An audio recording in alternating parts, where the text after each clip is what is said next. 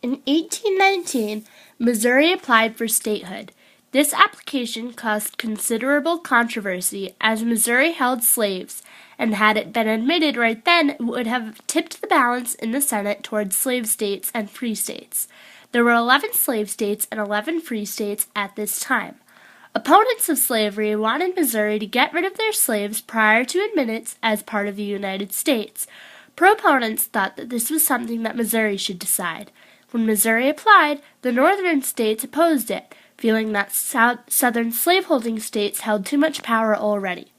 Because of the Three-Fifths Compromise, the Constitution allowed states to count each slave as 3/5 of a person for purposes of determining population, so therefore the number of congressional representatives the state was entitled to.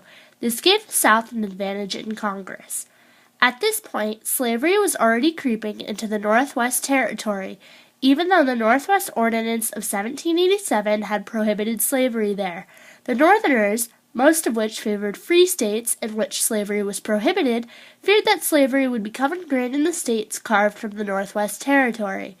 The admission of Missouri added to the fears of the expansion of slavery. New York's representative James Talmadge Jr., who was against slavery, offered 2 amendments to the Missouri Statehood Bill on February 13, 1819, that would help to eventually rid slavery. The first amendment that Mr. Talmadge added prohibited any further importation of slaves into Missouri, and the second required gradual emancipation for the slaves already there. This is Talmadge presenting his amendments, and provided that the further introduction of slavery or involuntary servitude be prohibited, except for the punishment of crimes, whereof the party shall have been fully convicted, and that all children born within the said state after the admission thereof into the Union shall be free at the age of 25 years. The House of Representatives passed his amendments along strictly regional voting lines, but the Senate, where representation of free and slaveholding states were balanced, rejected it. Congressional debates raged on the issue for a year, up until the District of Maine, originally part of Massachusetts, sought statehood.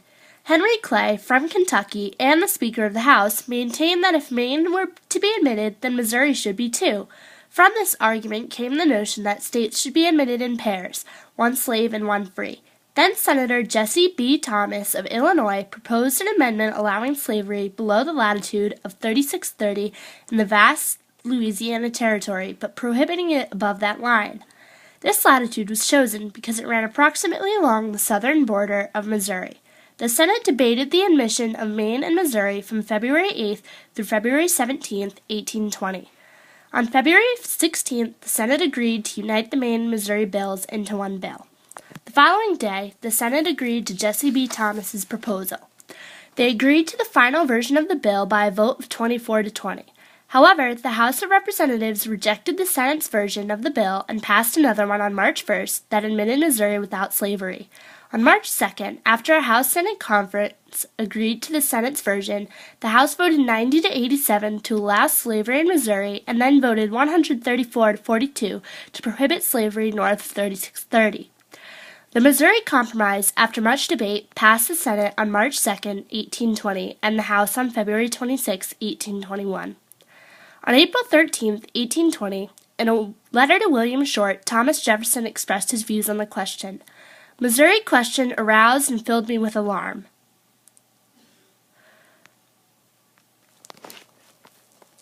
I have been among the most sanguine in believing that our union would be of long duration. Thomas Jefferson didn't seem to care for the compromise much, and his opinion would end up being right, as the Missouri Compromise would be repealed in 1850. The Missouri Compromise was an effort by the U.S. Senate and the House of Representatives to maintain a balance of power between the slaveholding states and free states, and worked quite well for 30 years.